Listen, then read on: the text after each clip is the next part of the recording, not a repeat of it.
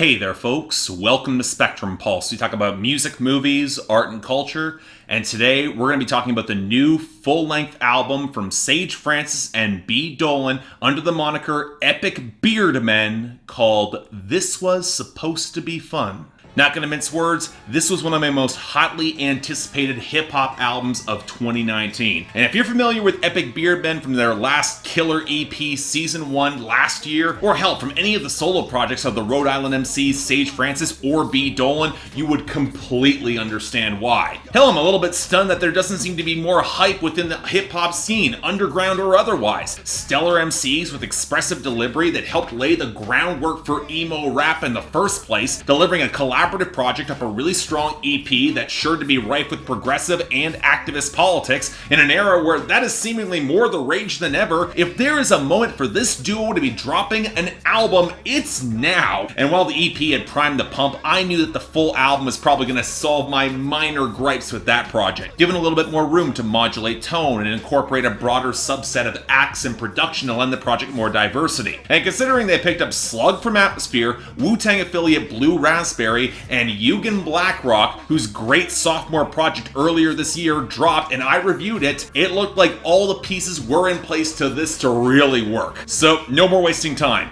What do we get from This Was Supposed to Be Fun? So I've got a bit of a dilemma with this album, because if you're coming from Season 1, This Is Supposed to Be Fun was a little bit of a different experience. Not that it's worse by any stretch, I'd probably still place this among my favorite hip-hop albums of the year, if not albums of the year altogether in terms of sheer creativity, bonkers production, and sheer force of will and charisma that Sage Francis and B. Dolan use to yank this across the finish line. But in comparison to me, between the EP and the full length, and bear with me on this, it's a little bit like the difference between Metallica's Ride the Lightning and Master of Puppets, in that they're really both visceral landmarks, and the second project is more developed and diverse and consistent and probably better on aggregate. But you know what, there is a riotous, undeniable energy to the best songs on the first album that I'm not quite sure materializes in the same way. But still, this is one of the best hip-hop albums of the year, so definitely check it out. Now, granted, the sheer wit and alchemy of songs like Shotgun Golf and Two Different Worlds, they'd be damn hard to replicate for any act. They're lightning in a bottle, especially the former, which is among one of the best songs of 2018. But I have to give a ton of props to the duo for not explicitly trying to replicate it, and still delivering a plethora of varied subjects and ideas along the way. And if you've heard these guys before, you already know what you're gonna get. B. Dolan is the pragmatic activist who is more of a fast-paced technician in his bars, who might be a little bit more grounded overall, but still has his fair share of fuck-ups and hang-ups. The numerous pot shots taken at Justin Timberlake were absolutely noted. And then there's Sage Francis, who seems to be embracing more of his wild man instincts than ever, and be a little bit more transgressive in the ordinary. He'll swing bigger, he'll put more on the line, but said risk can backfire, often in hilarious and intended fashion. And I have to stress this, for as dark and brilliantly framed in its empathy and humanity as this album can be, including in spots where I did not expect, which we will get into, this project is still downright hilarious, overstuffed with the wit and fantastic comedic timing that goes for broke and taps into the wells of comedy from the self-deprecating to the impeccably targeted. And what caught me by surprise were how much some of the guest stars were willing to be game for it and play into their vision. From Slug getting alarmingly sleazy, embodying Pistol Dave, to how Eugen Blackrock almost seems to play against type on the closing track, Foresight. At least until the primary metaphor of the song materialize, but we will get to that. Now, that being said, I do think the two other guest MCs can't quite match the personality and energy of the album. For as much as I enjoyed hearing Vodka Radu drop a verse on Take a Break, he seemed a little bit low in the mix, and the kazoo outro directly after it kind of muddied his impact. And I wasn't that wild about Eli's verse on Crumbs in Every Bag either. And while I'm complaining, I will mention that the sequencing of this album doesn't quite seem to strike the balance it really could, especially in its final third. Again, for as much raw adrenaline as so much of this album has, I question placing a lot of darker, more downbeat songs to very much end the project off when they could have been interspaced across the album. Yeah, Circle the Wagons and Hedges, they both do ratchet up the tension, again, but that's kind of different than Going Dark in this lane, which if you're comparing to either MC's solo albums, it never hits that point, which makes the choice to kind of kill some of the momentum at the very end for the last couple songs a bit of a weird one, outside of living up to the album's title. But that's really where a lot of my criticisms pretty much end, because the second you get to the breadth of production and flair on display, while still factoring in some real hooks and texture, it can't help but place this album in an entirely different ballpark, spanning from more conventional, sample-driven hip-hop with a lot of scratching and some dustier beats, to the chiptune synths on You Can't Tell Me Shit that we got samples of on Season 1 and worked alarmingly well there, to even songs that can feel like outright rap rock, where the primary tone behind The Chill Is Gone is a chugging riff that wouldn't feel out of place in mid-2000s punk music. And I'll admit this is something of which I've kind of struggled with both these guys, either solo or together, in that getting the right level of consistent texture can be a little tough, a little inconsistent. But I do think they actually nail the balance here.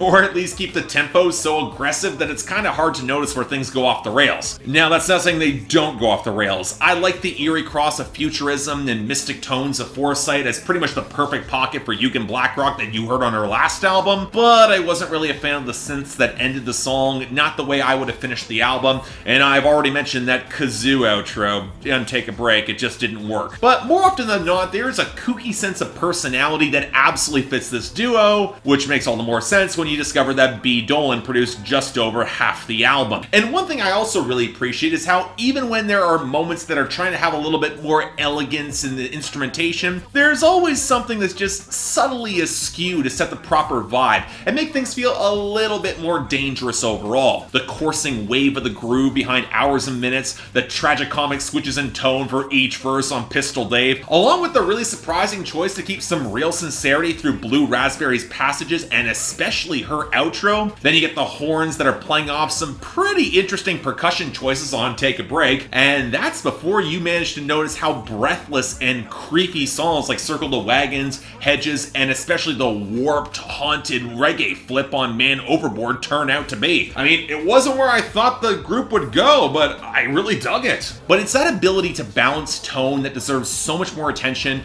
and it's about time we talk about the lyrics. Now, obviously, you're gonna get songs that are pure braggadocious flair and lyricism and some disdain for the mainstream industry. It's not surprising coming from Sage Francis and B. Dolan. You got songs like Hours and Minutes, Take a Break, The Chill Is Gone, Crumbs in Every Bag, you get the deal. But if you pay attention between the lines, both in the sequencing, you'll notice a few interesting subtleties that I appreciated. For one, Crumbs in Every Bag is a pretty straightforward industry indictment, but I like how B. Dolan sneaks in the direct references to failed parenting and cries for help in the music by the kids who are eaten alive by the industry that nobody really wants to acknowledge given how disposable they appear. And on that note, Sand Dunes takes stories of rough, wild childhoods and draws some pretty explicit parallels to being in the industry, but I like the framing of how even if some of this is rooted in childishness, there can be some deadly serious elements to immaturity, or really whether or not they're that immature at all. Sometimes the kids can be more insightful than the adults. Hell, if you want a testament to some of that, the next song, Pistol Dave, is a stirring indictment of the leather-clad layabout who is exactly as sleazy, gross, and easily triggered as can be, but it's very telling how the song ends on a note of how such a man persists and survives and can still be attractive, even if you might know better. And that sense of humanity and its flaws informs the majority of this album. How Circle the Wagons is protective and paranoid, but shows how certain systems can play into that or exploit it. Or how so many of the claims on You Can't Tell Me Shit span from the sensible to the absurd to the utterly outrageous, but it's the belligerence of that assertion that's really on trial. And what I love is how neither artist walks away from those very human failings. Shin Splints is an utterly hilarious late at the airport story that plays into all of that, and The Chill Is Gone does so too. The duo is approached with the absurd question of forming a boy band, and after giving it a few seconds of somewhat serious consideration after their fiery verses, Sage Francis pronounced he will indulge in a slight moment of toxic masculinity. for they would not be a boy band, but a man band. But on the flip side, the same failures of communication can have a much darker angle, with Hedges feeding into the misguided assumptions of two suburban guys where there's probably a note of truth in them both, and neither seems quite bad, but the distrust will drive them further away than anything. And Man Overboard is a pretty apt extended metaphor for the late capitalist decadent collapse of a cruise ship, where samples of the Fyre Festival might even be too obvious to end that song. And Foresight even cuts deeper, with some expected disdain for the fortune tellers who will read people and take advantage of those in need, especially those who are older.